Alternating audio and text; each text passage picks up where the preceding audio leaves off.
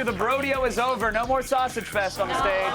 Welcome back, Candace Fleury, everybody. I'm going to call you Patient Zero. Okay, if you want to. Oh, do it! No! Oh, I'm so sorry. I hope you don't get sick. You walked, she went from cubicle to cubicle and licked everybody's keyboard as like a welcome back thing. It's not cool. Yeah, it was kind of sexy at first, I'm not gonna lie, but then it got really... We're coming to you live from the G4 studios in Los Angeles. Yeah, for now.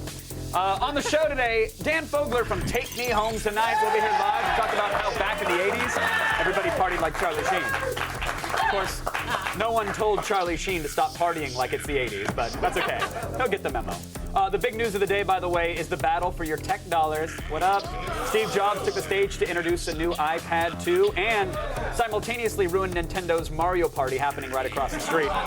We've got full coverage coming up in the Loop. And then Blair Herder's here for Game Rank to bring us all the big...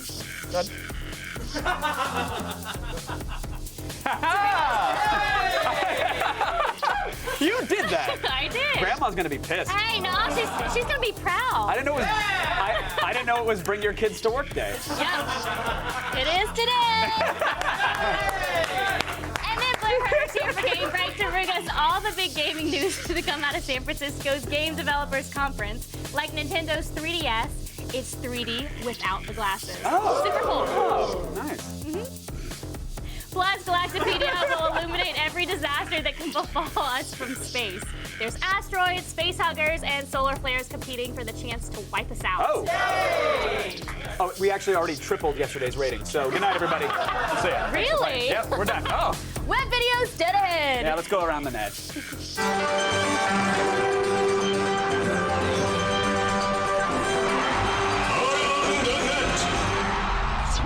You want to talk about that on air? No. Historically, cheerleaders only get excited for things like servicing quarterbacks and making fancy girly pyramids, but they really love winning. Yeah. They may love winning more than Charlie Sheen, actually. But you may not think of cheerleaders as tough, but the massive guitars of As I Lay Dying will change your mind forever. University of Cincinnati!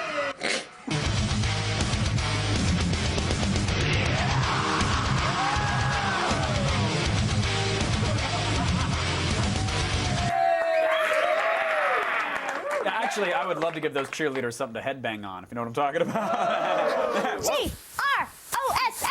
G-R-O-S-S! G-R-O-S-S! That spells gross! Yay! Whoa! Whoa!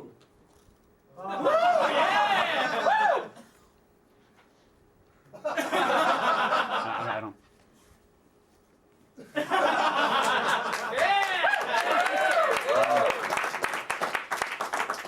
Number 4 is a cat video unlike any other cat video. Yes, normally cat videos are a source of endless delight or merriment and embarrassment for us all. But this viral ad for Britain's Cravendale milk reminds us that very little stands between cats and world domination. Why do cats stare when you're pouring milk? It's like they know it's only a matter of time. The only thing between them and opposable thumbs. Imagine that. Cats with thumbs. And what if they got together? Gangs of cats with thumbs. An organized army with one thing on their mind. Cravendale. Oh, kill them all! Kill them now! Don't worry about it. You and I will be long gone before cats develop opposable thumbs. Actually, it's true. Cats are done evolving. Anyway, I gotta be honest. They can lick their own genitals. And trust me, science calls that the evolutionary finish line. Look it up. Look it up. It's in your science books. Oh, Kevin. And at number 3 today, a clip from the Swedish collective known as Grotesco. Seems these folks from the Northlands decided to do reenactments of famous American film genres in English. Or what we assume the Swedish think is English. So here's the Grotesco version of a legal drama. You know, I admire you for taking this chase.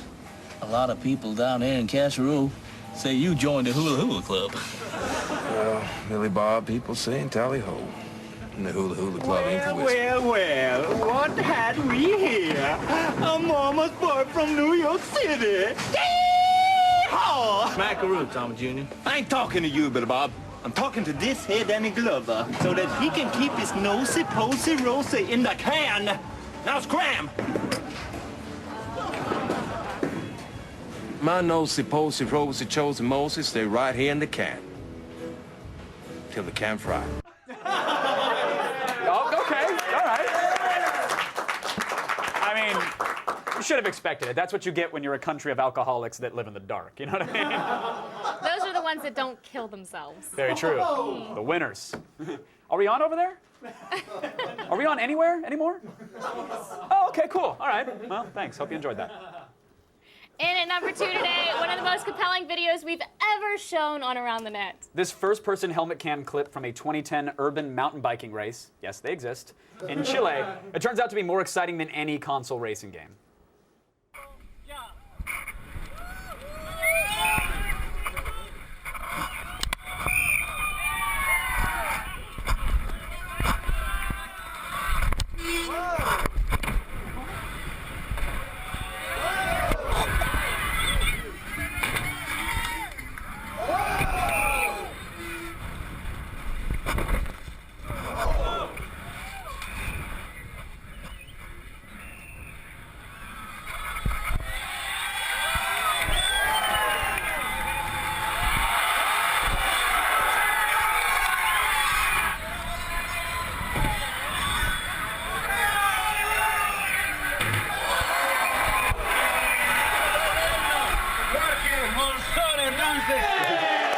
Amazing. Almost as good as a real bike. Oh, yeah. Yeah. Should we talk about your cul-de-sac accident again? No. What were you trying to do? Your extreme biking? Oh, that's right. Ride in a circle. I was forgot. like that good. I bet. I was doing all sorts of fancy maneuvers on my bike. Like what? Balancing? I can't balance. That's exactly. You can't. In Chile, the streets are paved with ramps. That is true, which is awesome. But bikers beware because stray dogs are like the turtle shells in Mario Kart there.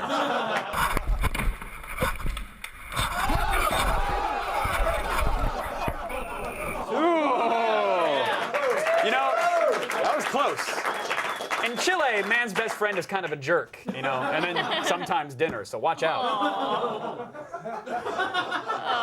I didn't research that. I don't know if that's true. Still ahead, you'll believe a man can fly. Not so much that he can land. Well, that's true. But he can fly for a second.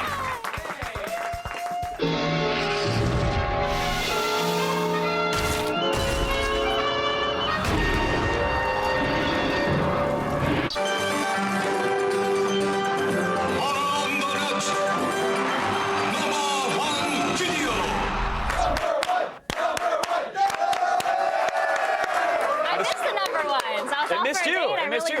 By the way, today's number 1 started by Bruce Green, ladies and gentlemen. Bruce Green started the number 1 chant. We really got it going. Today's number 1 illustrates what happens when you never give up on achieving the impossible. It's true. Extreme physical pain.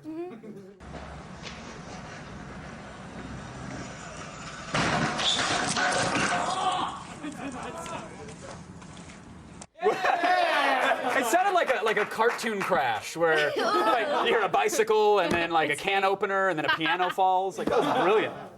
If at first you don't succeed, fly and die again. True.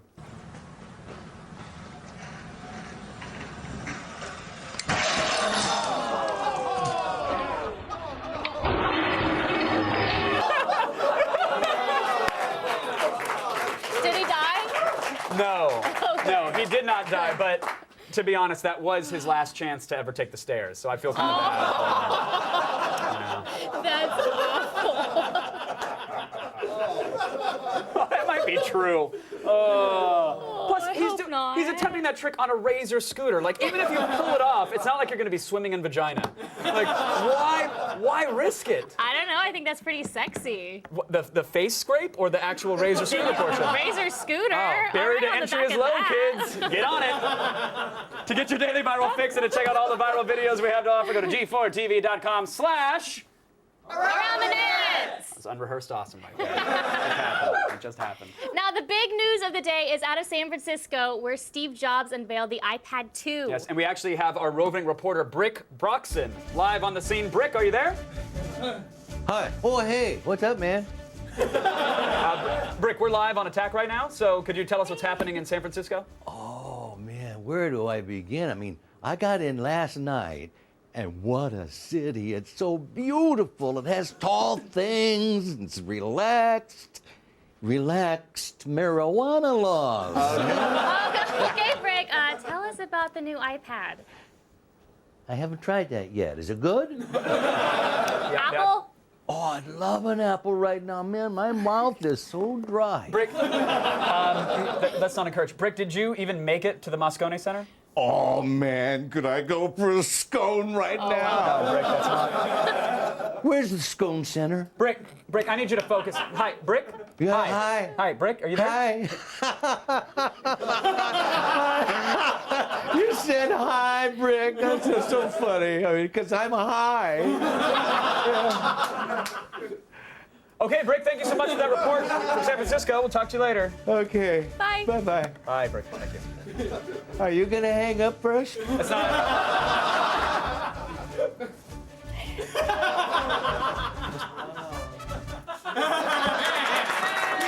gotta go easy on him. He's got glaucoma. Yeah, I bet. Really bad. I bet. Now let's learn how outer space is gonna kill us. It's time for Galactopedia. Okay.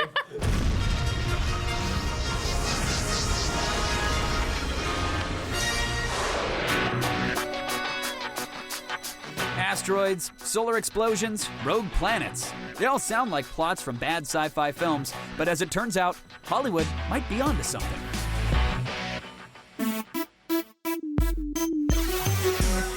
First up, it looks like we might have a new planet to add to the solar system, and it's trying to kill us.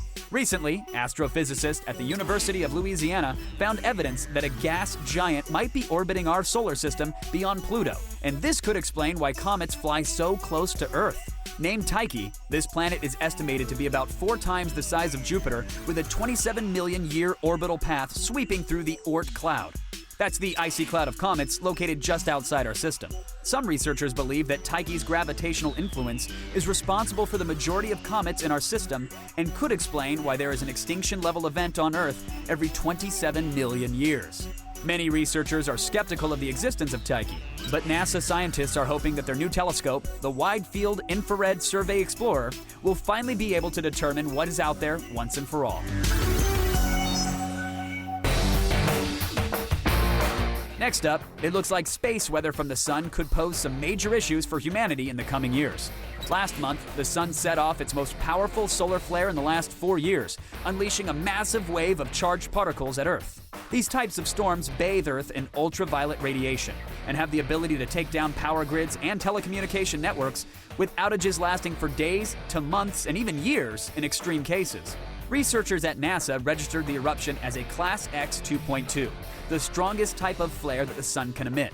Scientists at the National Oceanic and Atmospheric Administration expect these solar storms to ramp up and to get worse by the year 2013. Luckily, work has already begun to fit satellites with solar shields. You want our advice? I'd start stocking up on SPF 1 million.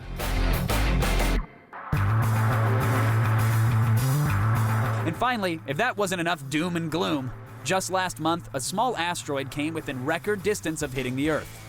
Asteroid 2011 CQ-1 was only discovered 14 hours before its approach and came within 3,400 miles of crashing on Earth. In comparison, the Moon is over 200,000 miles away. This was the closest an asteroid has ever come to hitting the Earth, but luckily, the space rock was only 4 feet wide, and NASA scientists say that it would have broken up in the atmosphere before it would have impacted Earth. And while scientists may have only caught CQ-1 14 hours before it arrived, they're well aware of the 270-ton asteroid Apophis hurtling at us 23,000 miles per hour. Apophis is expected to come within 20,000 miles of Earth in 2029, and then it's going to swing back for round 2 in 2036. This asteroid has the possibility to wipe us out, like the dinosaurs. But hey, that's our kids' problem, right?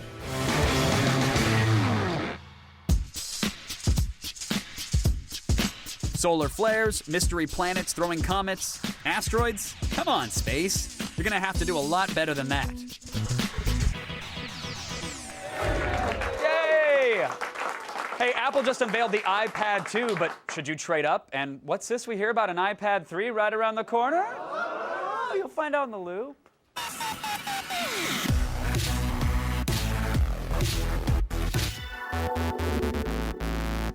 Joining me from San Francisco to help us make sense of it all is staff writer for CNET News, Josh Lowenson, everybody. How you doing? I'm doing all right, Josh. Now, the iPad 2 has landed, and what did we get? Any surprises? Did we get what we expected?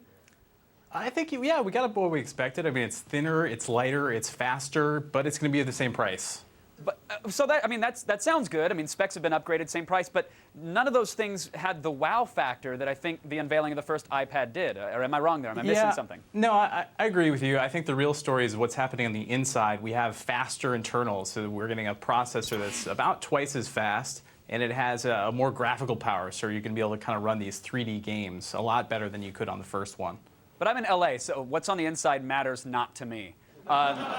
So looking at the upgrades here, I mean, the first iPad was billed as magical and revolutionary. This is just evolutionary then. Yeah, you know, I think it's safe to say it's evolution, but, you know, in the same token, Apple doesn't really have to do that much. It has a very successful product. They sold 15 million of these things in about 9 months, which is kind of incredible, considering they didn't even expect that. That is true. 90% market share, I think, is what I read this morning, which is insane. But what Apple does best is make us excited about the benign, whether it's white earbuds or a new iTunes feature. And everybody is talking about the iPad Smart cover. They're talking about the cover. So Steve Jobs pitched this as kind of like the anti-case. So everyone had the case, but it was kind of a pain to use. You had to slip it on, and it didn't work with accessories. Mm-hmm. And you kind of got stuff jammed up under it. With this, it just kind of locks on with magnets. It's like you just hold it nearby and it snaps together. Yeah, and it's beautiful design. It can prop it up for typing or prop it up for media consumption. But I think the most brilliant thing is that material-wise, and I haven't checked in with my Chinese manufacturer, but I'm imagining it's probably $1 for them to mass produce, and they're selling these covers for like 40 to 70 bucks if you want leather. Is that right?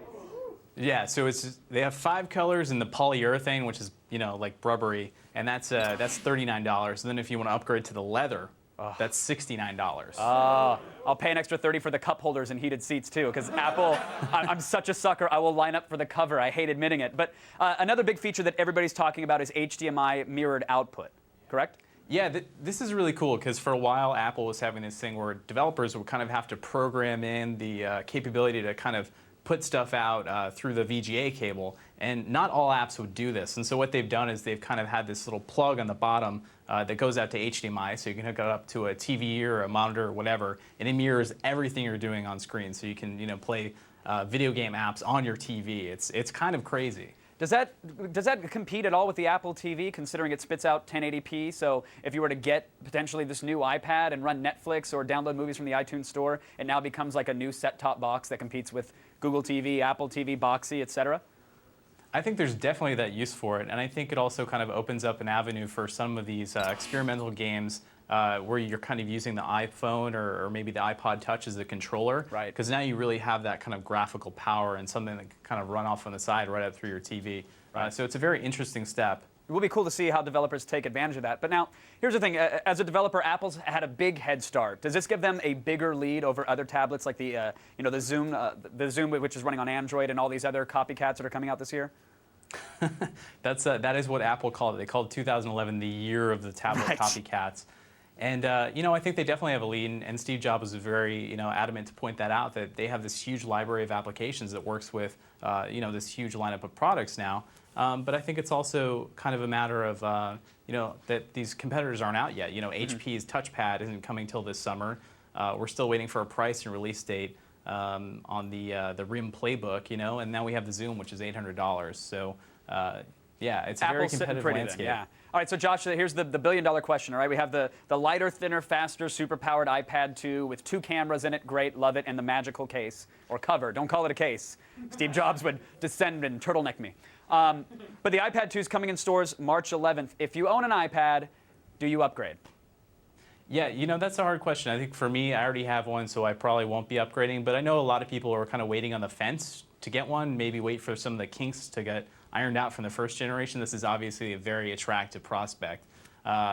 I'm very interested to see what first generation people do. I think a lot of the first generation iPad buyers will be the people who opted in for the Wi-Fi model early on and who maybe want to go up to the 3G model now that you can get it on Verizon. Right. Well, should they, Josh? I mean, should they make that upgrade? Should they? You know, it's pretty expensive, and I think if you want one, this is obviously a great time to get one. I have a feeling regardless, all the first geners who say, I'm not going to upgrade, they'll all be in line tweeting angrily at 5 a.m. like they do with every other Apple release. It just happens. But thanks to Josh Lowenson from CNET for keeping us in the loop. We appreciate your time, sir. Thank you very much. Now let's swipe on over to Candace. Still ahead, Game Break enters the third dimension with a Nintendo 3DS. And roll up your blazer sleeves because Take Me Home Tonight, Dan Fogler will be joining us live. Today's ATN featured a scooter enthusiast with an aversion to taking the stairs. This move has it all: big air, a devastating landing, and now it needs a solid name. So tell us, what is this trick called? Tweet your responses at AOTS, #OMGROFLOL. If your response is a knockout, we'll feature it on Friday's show.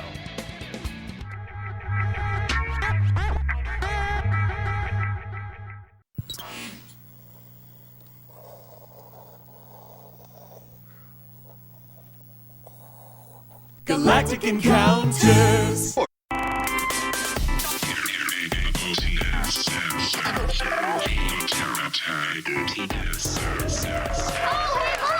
I got it. Sandy Yellow. Oh, hello, Yellow.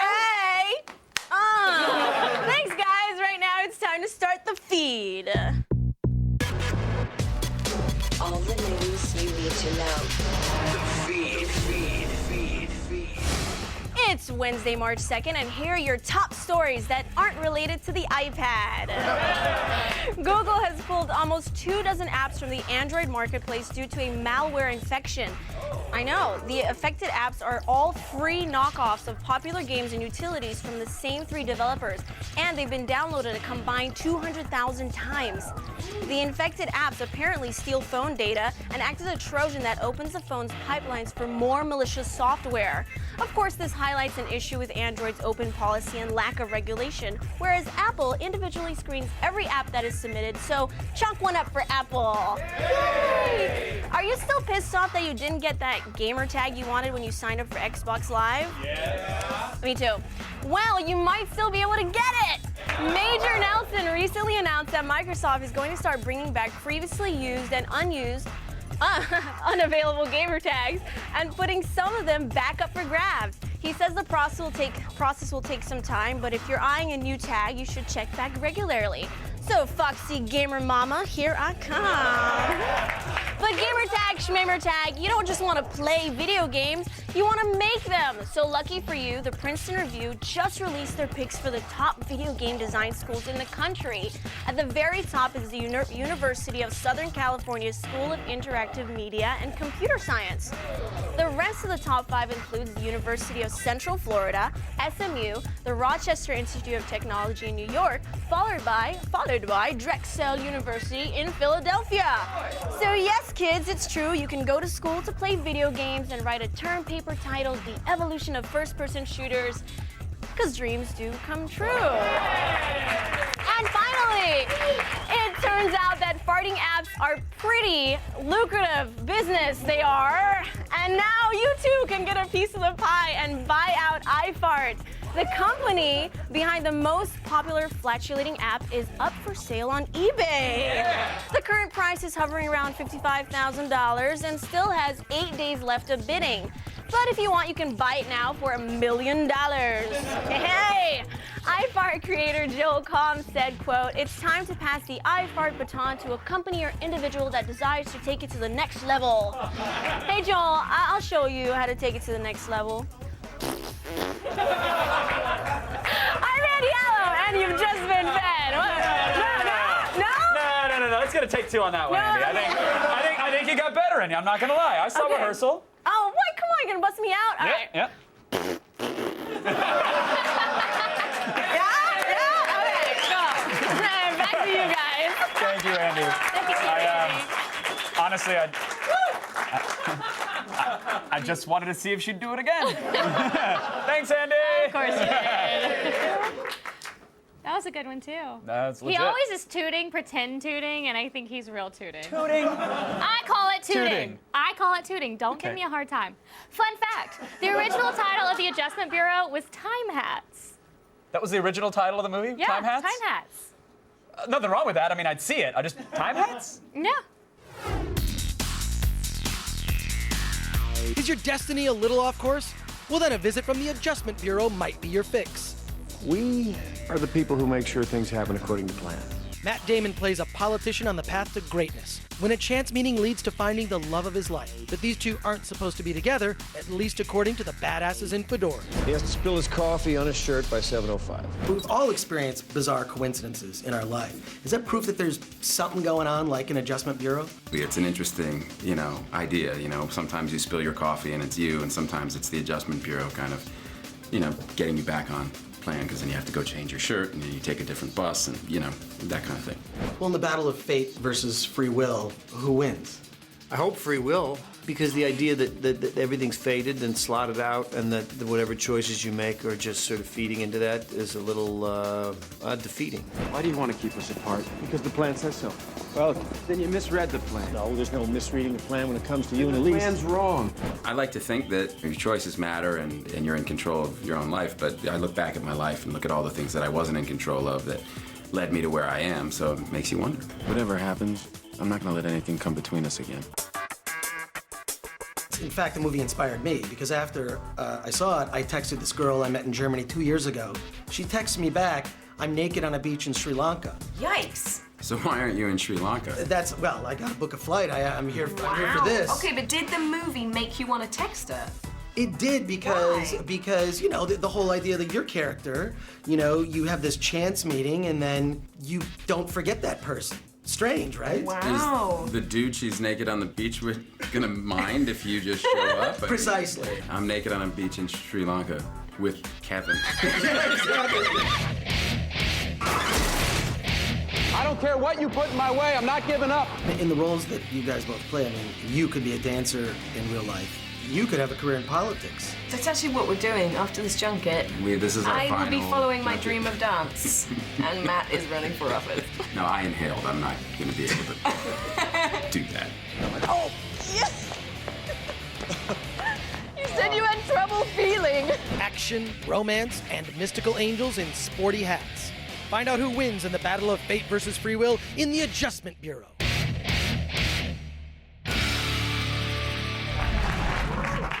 Nintendo fans had a big day today when they were refreshing blogs, reading up on the iPad 2. But let's find out why Nintendo matters in Game Break.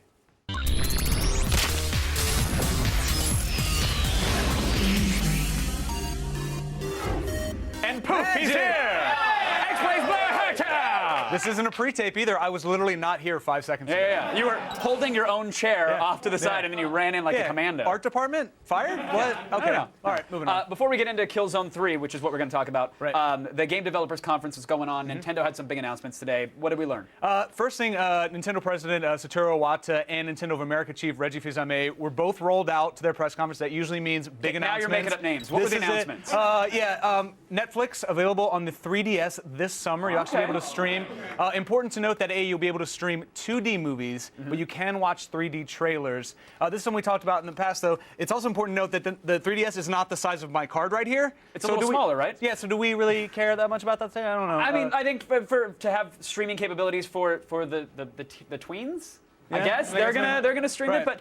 Yeah, they're not even really touting like full-length movies or anything. They're touting trailers and snippets and previews, right? And, I mean, there are certain full-length movies, but the most important thing here, you need a Wi-Fi connection. Okay. To Well, do that. so is Nintendo going to just blanket? Are they going to be Johnny Wi-Fi seed and just give us free Wi-Fi all across the country?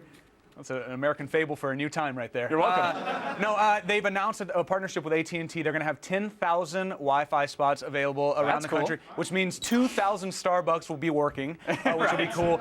This is also going to increase their Street Pass and Spot Pass features, which, can allow you to sync and exchange information through the 3DS. And the 3DS eShop and web browser are going to launch with the hotspots in late May. So, they've at least thought this through when they made this announcement. Right. I like that. And they were making a big deal out of the fact, like, look, you don't even need a game cartridge in the system to to enjoy it now, which is smart. They're realizing that the system itself can provide entertainment if you have Wi-Fi access. Sure, and for $250, you're going to need to have something a little more than just a game system. Right. All right, now what about new titles?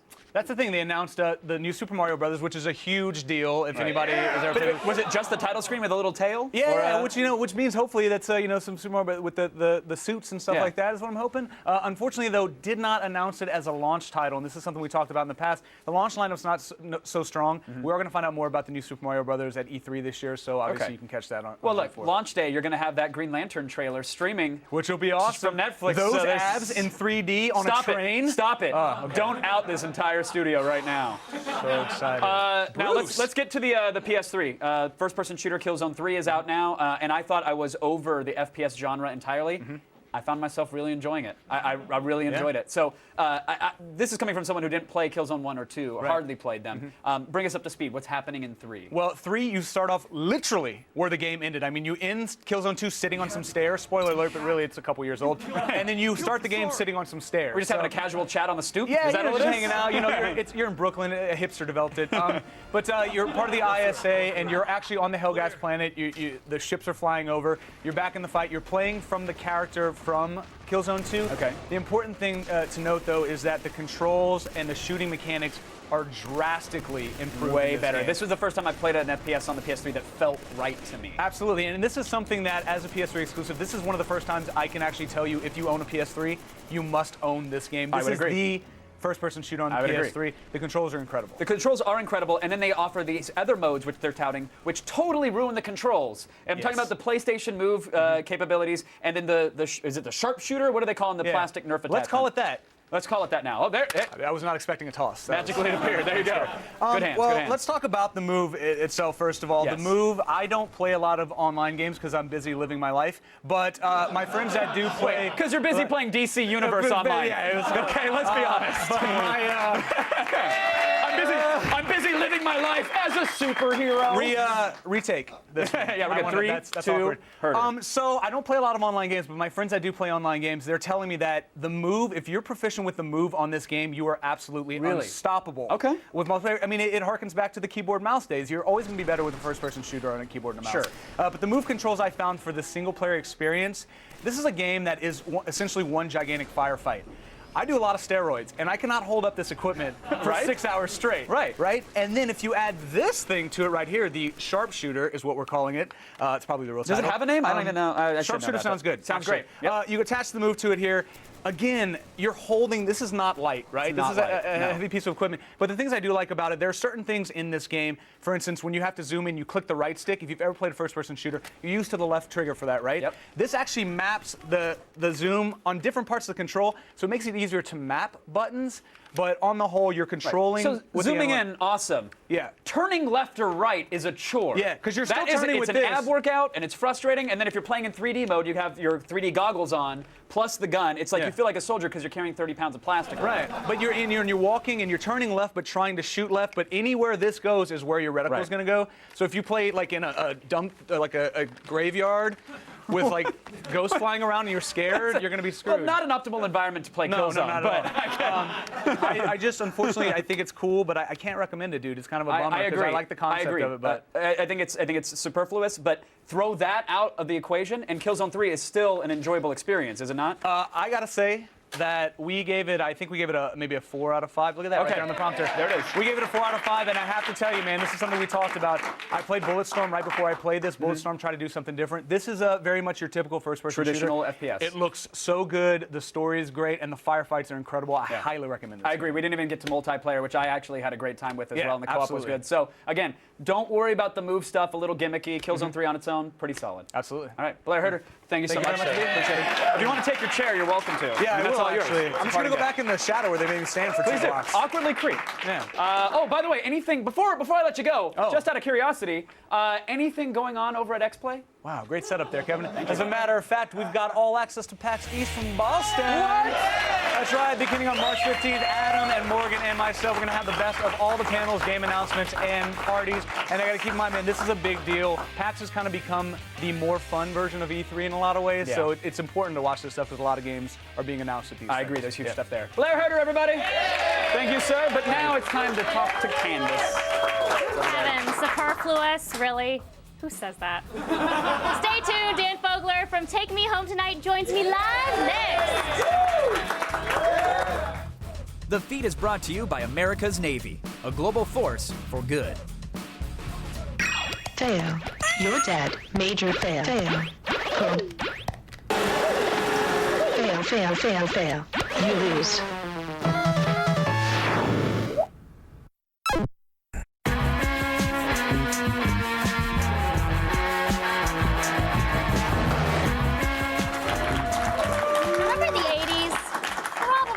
It was a long time ago. But Take Me Home Tonight might just jog your memory. I'm going in. And I am the tiger, buddy. Hey, tiger. I don't like how this looks. No, no good.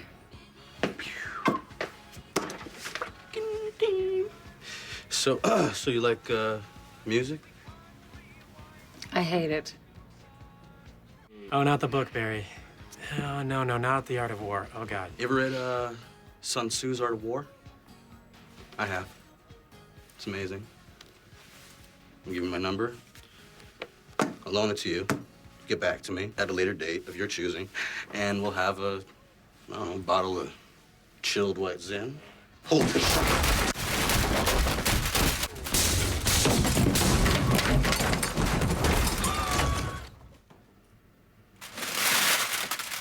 I'm free on Saturday. Joining me now, Dan Fogler. Welcome.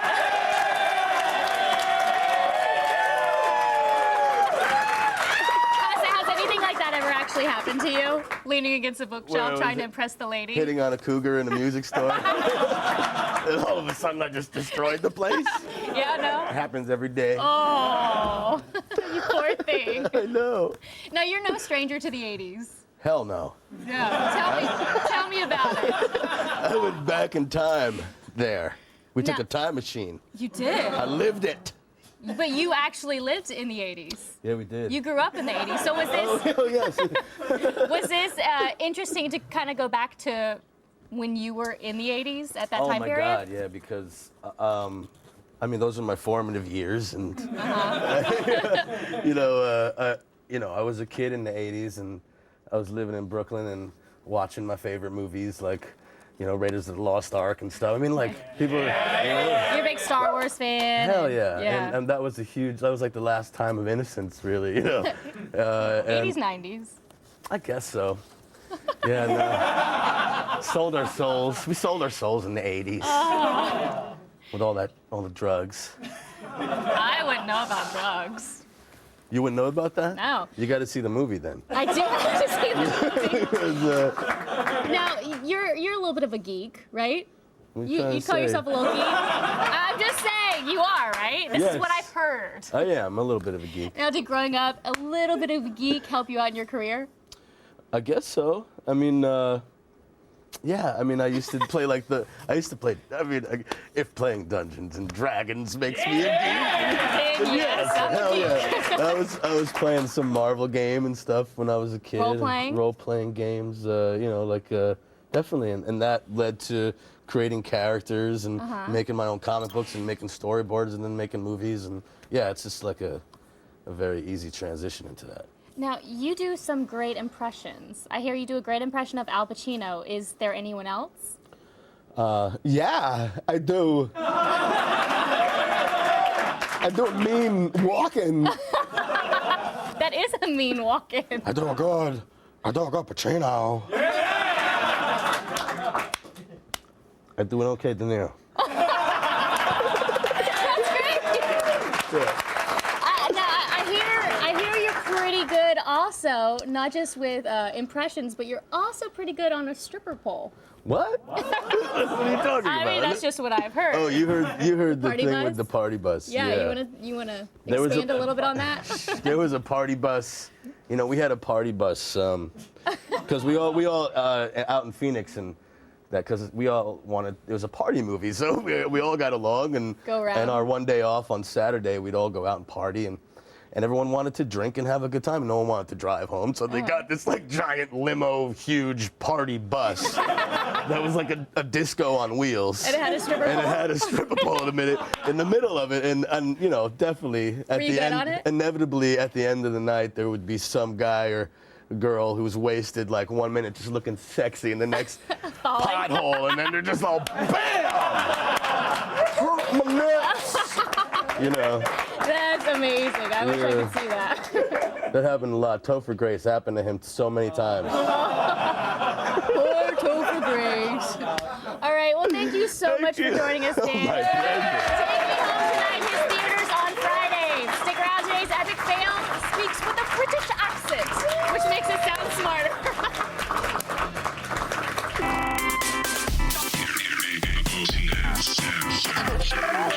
I take credit for some, but this is Bruce's genius. You give Bruce a wig and a chance to wear those stilettos, and he turns it on. I picked that shade of lipstick, too. Look at how delicious this looks. Coming up tomorrow on an all-new Attack of the Show. All-around badass Ray Stevenson from Kill the Irishman will be here live in studio. And the Glitch Mob make their television debut and give us an exclusive look at their gear in musical playtime.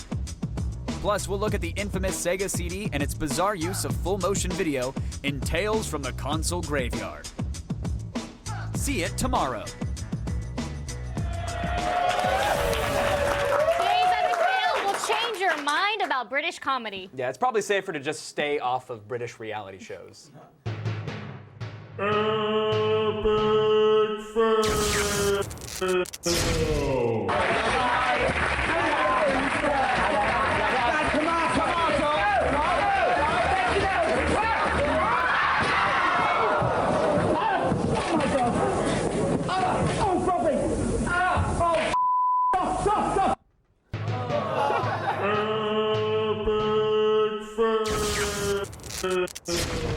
How about we're going the old Twitter wall here? Gokai Marvelous says, pirates or ninjas. Burfbag says, I'm going to write 100 tweets about Candace's cleavage until you guys read it on air. Oh. Well, I guess. Congratulations. I'm sorry. I just had to show it off today. I'm wearing a booby shirt. I thought you make mustaches out of everything else. Why don't we see what you can do with that? Fantastic. And I say, pirate. Did anybody remember that question was asked after the boob thing? No, they didn't. Thanks to our guest today. Yes, thanks to Dan Vogler, thanks to Blair Herter, thanks to Josh Loneson, and thanks to Candace's cleavage. Yay!